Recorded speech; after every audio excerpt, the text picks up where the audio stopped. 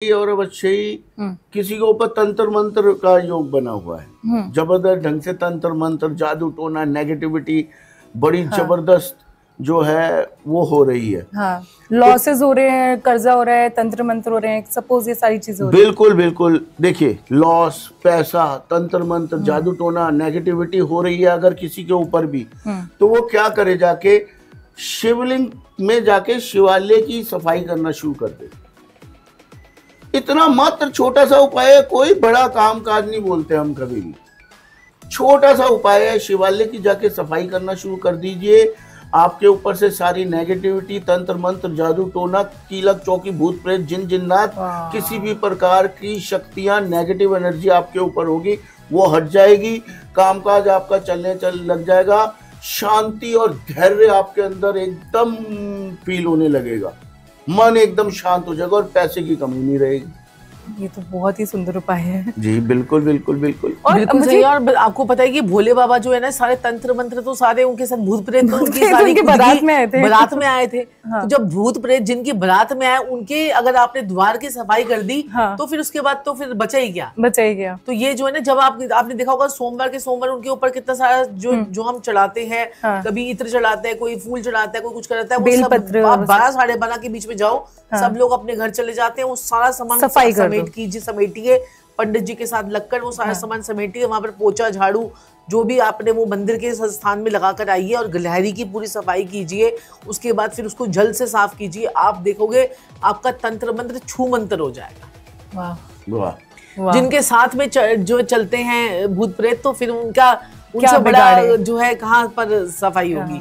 हम ऐसे ही जो है ना बताऊंगा। हाँ। रात को जैसे कई लोग बेचारे जिनको डर लगता है, घबराहट होती है, डर लग रहा है, घबराहट हो रही है, तंत्र मंत्र, भूत प्रेत, सांपों, ये वो बड़े भयानक भयानक सपने जैसे आप लोगों को आते हैं, रातों को बड़ी नींद नहीं आती है। बड़ा ही प्यारा और सुंदर उपाय बताऊंगा, इससे आपका राहु भी कंट्रोल हो जाएगा। अच्छा। बेसिकली क्या होता है, मैं आपको साइंटिफिकली बताऊंगा ना तो लोगों को मजा नहीं आएगा, मैं डरा के बताऊंगा तो ज्यादा मजा आएगा। क्या होता है, जब हम रात को सोते हैं ना, तो जैसे हम कई लोग ना ओवर ईटिंग भी कर लेते हैं रात को, या रात को खा लेते हैं लेट नाइट, तो वो जो गैस बनती है, गैस से हमारे शरीर में गैस ही हमारे दिमाग में चढ़ती है, जो हमारे दिमाग में गंदा विचार और अच्छा विचार लेके आती है। चाहे आप इसको साइंटिफिकली देख लो या किसी भी तरह से देख लो, तो वो बॉडी में ज्यादा हम रात को खा लेते हैं तो हीट भी हो जाती है, हीट की वजह से भी हमें गंदे गंदे सपने आ सकते हैं, अनईजी लगता है। इन चीजों को आपको थोड़ा बहुत समझना पड़ेगा, दोनों चीजें हैं लेकिन दोनों चीजों को समझना पड़ेगा। रात में खाना कम कर दो, खाना थोड़ा कम कीजिए। अगर भाई खाना ही खाना है तो ठीक है, चलिए मैं आपको बताता हूँ। कई लोग क्या कर सकते हैं, आयोडेक्स आती है, उसे हल्का हल्का मल के सो जाइए। आयोडेक्स का आपकी बॉडी की सारी गैसेस निकाल देती है आयोडेक्स, और गैसेस जो है वो राहु है। अच्छा। है ना? अगर आपको तंग करता है, राहु आपको तंग करता है, अगर आपने ये भी नहीं और काम कर सकते हैं कि एक काले रंग के कपड़े के अंदर एक फिटकरी का टुकड़ा डालकर उसको लपेटकर अपने घर के मेन गेट के ऊपर लगाइए। ये भी आपको मेन गेट पे करना है। मेन गेट पे कोई हनुमान जी, कोई क्या कहते हैं कि जो है ना गणेश जी आपको नहीं लगाने, वो आपके द्वार कीपर नहीं है, वो आपके वॉचमैन नहीं है कि आप उनको लगा हाँ, लोग अपने घरों में लगा देते हैं, भगवान वो आपके वॉचमैन नहीं है, भगवान जी हनुमान जी आपके वॉचमैन नहीं है, ना ही आपके गणेश जी आपके वॉचमैन है, द्वारपाल नहीं है वो। हाँ। आप वहां पर जो है अपना साफ सुथरा रखिए, वहीं से माता लक्ष्मी आएगी। आप अपना नेम प्लेट वहां पर लगाइए। माँ लक्ष्मी आने वाली है तो दहलीज को दूध से साफ करना शुरू कर दीजिए। अगर मजे लेना चाहते हैं, पैसे की बारिश हो जाएगी, पैसे की बारिश है। मैं हमेशा उपाय बताता हूँ, पॉडकास्ट में मैंने शुरू में भी बताया था। हाँ। दूध का छींटा मारा दहलीज पे, उसे कपड़े से साफ कीजिए। देखो माता रानी आने वाली है और माता रानी के आने से पहले पहले ये काम करना शुरू कर दिया तो बहुत ही बढ़िया रहेगा। लक्ष्मी माता आपके घर में सदैव दूध से धुली हुई लक्ष्मी माता कितनी प्योर होंगी, ना बीमारी लाएंगी ना पैसा खर्च होगा। वो कहते हैं कि माता रानी जो है ना, माता रानी की सवारी जो होती है वो उल्लू होती है ना, माता रानी की सवारी उल्लू होती है।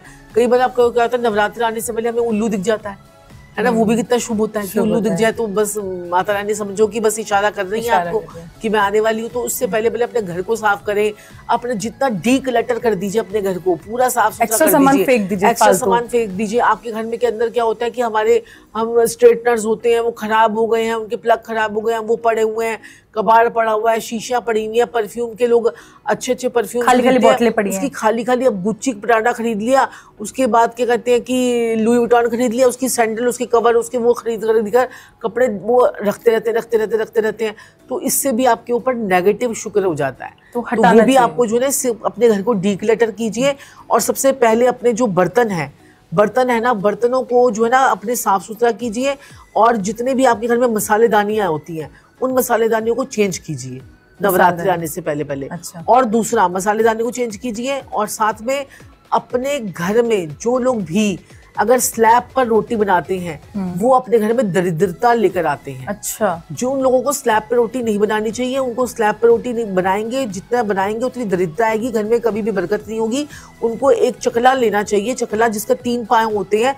और कई लोगों के घर में तो मैंने देखा डांसिंग कर रहा हो चकला होता है, वो टूटा से ऐसे करके हिल रहा है, वो कर जा रही है, बेली जा रही है। तो ये तो बिल्कुल ही दरिद्रता की निशानी है, क्योंकि चकला रिप्रेजेंट करता है आपके केतु को। और केतु की होती है 3 टांगे, तो 3 टांगे साबुत होनी चाहिए। आप कहते हो ना 3 का नंबर यहाँ पर आ गया ना संबंध 3 का। तो 3 टांगे उसकी साबुत होनी चाहिए। और हमेशा चकला, मैं तो कहती हूँ कि जब भी नवरात्रि आने लगे एक नया चकला आपको लेके आना चाहिए, पुराना वाला चकला किसी को दे देना चाहिए। तो दिवाली आए और या फिर क्या कहते हैं नवरात्रे आए तो नया चकला आपको लेकर आने चाहिए। सारा एक्स्ट्रा सामान फेंकना चाहिए, एक्स्ट्रा सामान डीक्लटर कर लीजिए, बिल्कुल कर लीजिए। पे दूध से, बस दूध से करिए, वो तो जरूरी है। महालक्ष्मी के लिए बिल्कुल पवित्र अपनी दहलीज कर दीजिए। क्योंकि आपको पता है क्या कहते हैं, दरिद्रता माता जो होती है वो हमारी दहलीज पे अपनी सेना लेके बैठी होती है। और माता लक्ष्मी क्या कहती है कि जहाँ पर मैं होंगी वहाँ तू नहीं होगी, जहाँ तू होगी मैं वहाँ नहीं होंगी।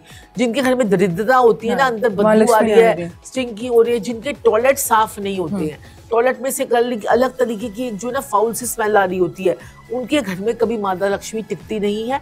अपने घर के बाथरूमों में भी आपको सुगंधित चीजें लगानी चाहिए। आजकल तो इतना चीजें परफ्यूम्स आ गए, टॉयलेटरीज आ गई हैं, इतनी सारी चीजें आ गई हैं, वो आप लगाइए। उससे आपके घर में जो है ना बरकत होगी, पैसा होगा। जहाँ राहु की स्मेल होगी ना वहां पर माता लक्ष्मी कभी नहीं आती। और गुरु माँ, जिस घर में बेटियां होती हैं, जैसे मैंने अभी आपका वीडियो भी देखा था, तो उनको क्या चीजें हैं घर के लोगों सदस्यों को जो नहीं करनी चाहिए? अब बेटियों से एक तो काम नहीं करवाना चाहिए। जा बेटा आज तू रात के बर्तन तू मांज दे, ठीक है, चाहे कितनी भी बड़ी लड़की है आपकी, कभी कभी हो गया तो चलो ठीक है मम्मी बीमार है तो बेटा वो कर ले। ऐसे बेटियों से जो है ना बर्तन ना मंजवाओ, बेटियों को गालियां मत दो। बेटी, कई मेरे पास बहुत लोग आते हैं, वो कहते हैं मैडम क्या कहते हैं कि मेरे पापा आपको कितना इज्जत से बात कर रहे हैं ना, और ये जब घर पे जाते हैं ना तो हमारी ऐसी की तैसी कर देते हैं और इतने गंदे तरीके से हमारे से बात करते हैं। अरे आपकी बेटी आपके घर में खुश नहीं है, आप बिजनेस की बातें कर रहे हो, करोड़ों रुपए की बात कर रहे हो, बेटी के तो पैर छूने चाहिए, बेटी की इज्जत करनी चाहिए, तभी तो आपका बिजनेस, आपकी बुद्धि सही रहेगी, बिजनेस चलेगा ही नहीं। और नवरात्रों का तो एक बेटियां अगर आपके घर में है तो नवरात्रों का एक बहुत ही शानदार उपाय मैं आपको बताना चाहती हूँ कि आप क्या करो, क्या कहते हैं कि अपनी बेटी से क्या करो, आपकी बेटी खड़ी हो जाएगी एक तांबे का लोटा लेकर, और जब आप ऑफिस जा रहे होंगे आप उस तांबे के लोटे के अंदर जो है ना वो जल भरा होगा, और उसमें आप 1 रुपए का सिक्का, 5 रुपए का सिक्का, 10 रुपए का सिक्का उसके डाल के जाओ, और उसके बाद आप काम पे निकलो। उसके बाद वो जल जो है वो पौधों में डालेगी और सिक्के को अपने पास रखेगी। ऐसा आप करोगे ना, आपका काम इतना चलेगा कि आपको किसी उपाय करने की जरूरत नहीं पड़ेगी। ये नवरात्रों में, दिवाली पे आने वाले सारे दिन शुभ आ रहे हैं अब तो बस ये सारे उपाय कर सकते हैं। ऐसे भी बोलते हैं किसी के घर में पहली अगर बेटी होती है तो बहुत बरकत होती है। बेटी जो होती है वो कहते हैं बेटे होते हैं ना वो भाग्य से आते हैं। हाँ। और बेटियां जो होती हैं वो सौभाग्य से आती हैं। तो आपका सौभाग्य है कि भगवान ने आपको बेटी से ब्लेस दिया है, तो आपको बुध की कृपा आपके घर में। लोग तरसते हैं, मेरे पास इतने सारे लोग आते हैं, कहते हैं मैडम एक बेटी घर पे नहीं है, वो भाई सारे बेटे हुए जा रहे हैं। मैं कहती हूँ तुम्हारे घर में बुध की कृपा नहीं है। तो ऐसे लोगों के जिनके घर में बेटियां नहीं होती हैं या बेटियां नहीं होती है तो उन लोगों को माता रानी को छत्र चढ़ाना चाहिए चांदी का। अगर जैसे कुछ घर ले लेते हैं और उनको लगता है उस घर में नेगेटिविटी है और चीजें खराब होनी स्टार्ट हो गई हैं, तो कोई एक बहुत शॉर्ट उपाय जो वो कर सके और उसमें पॉजिटिविटी आ जाए। देखो, जब भी आप घर लोगे ना तो घर लेने के लिए आपका शनि शुभ होना चाहिए। अगर शनि आपकी कुंडली में अशुभ है और आपने घर ले लिया, शनि आपकी कुंडली में लगन में बैठा हुआ है, 5वें घर में बैठा हुआ है, 7वें घर में, आपका 8वें घर में बैठा हुआ है और 10वें भाव में बैठा हुआ है। अब 10वें घर में शनि क्या कहता है कि तुझे मकान नहीं लेना है, तू किराए पे रहेगा। अगर तू किराए पे रहेगा तो मैं जो तुझे इतना लाखों करोड़पति बना दूंगा, अगर तूने मकान ले लिया तो मैं तुझे रोडपति बना दूंगा। तो ये शनि की कंडीशन है। तो ऐसे ही हर भाव में शनि की कंडीशन अलग होती है, राहु की कंडीशन अलग होती है। अब किसी ने क्या कहते हैं कि मकान ले लिया है और उसको मकान सूट नहीं कर रहा है तो उसको 10 लोगों को खाना नहीं रहेगा। अब इतना मकान ले लिया, अब भेज दो, घाटे में बिक जाएगा, घाटे में बिक जाएगा ना। उसको 10 अंधों को खाना खिलाना चाहिए, 10 अंधों, 1 बार 2 बार 3 बार 4 बार, अगर हो सके तो अंधे 10 अंधे घर पे बुलाकर खाना खिलाकर उनको भेजना चाहिए। उसके घर की सारी नेगेटिविटी वो साथ ही ले जाएंगे, नेगेटिविटी निकल जाएगी। उसको अपनी लाइफ में अटका हो तो कैसे वापस से पॉजिटिव हो जाए, बाउंस बैक कर ले, ऑरा बढ़ा ले अपना। तो ऑरा बढ़ाने के लिए आपको जो है ना अपने कुंडली के उपाय तो करने चाहिए, और हर 6 महीने बाद, 7 महीने बाद, 1 महीने साल बाद अपने कुंडली के उपाय करते रहो, और साथ साथ में जो ये स्विच वर्ड्स हम लोग इतने बताते हैं इनको बोलते रहो, और आपके जीवन में जो है बहुत ज्यादा पॉजिटिविटी आती रहेगी। और असली गुरु को ही पत्रिका दिखाओ। जो गुरु आपके बिना बताए आपकी सारी समस्या बता दे कि आपको क्या प्रॉब्लम है, आपका पास्ट प्रेजेंट फ्यूचर, और आपको सब कुछ बता दे आप मेरे पास किस लिए आए हो, उसी को पत्रिका दिखाओ। गुरु के पास जाओ, चुपचाप बैठ जाओ, कुछ मत बोलो, बोलने दो गुरु को, बोलने दो एस्ट्रोलॉजर को, कितना ज्ञान है उसमें, है ना। पढ़ा लिखा होगा तो खुद ही बता देगा आपको, खुद ही बता देगा, आपको बताने की भी जरूरत नहीं पड़ेगी। बहुत बहुत धन्यवाद आप दोनों का, गुरु महागुरु जी। राधे राधे राधे राधे राधे राधे राधे।